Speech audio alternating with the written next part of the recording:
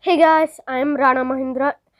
In this video, I'm going to tell you about this app is nothing but a moving image app with an animation text. Okay, so as you can see that it is moving, right? So the tree is moving, and I mean that image is moving, right?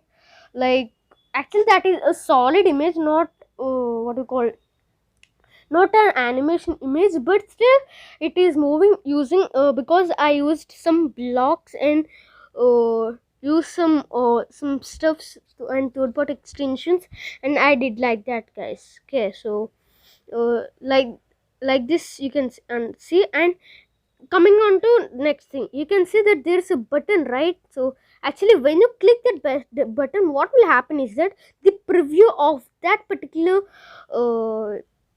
thing will come, like that particular text will come. You can see increment, click, reset, and the tutorial will come very soon, guys. So I'll prepare a tutorial on this particular app as well. And I used Kodular and some third party extensions and did this app, guys. And uh, this is the thing I want to say.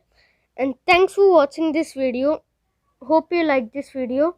If you like this video, please subscribe to my channel.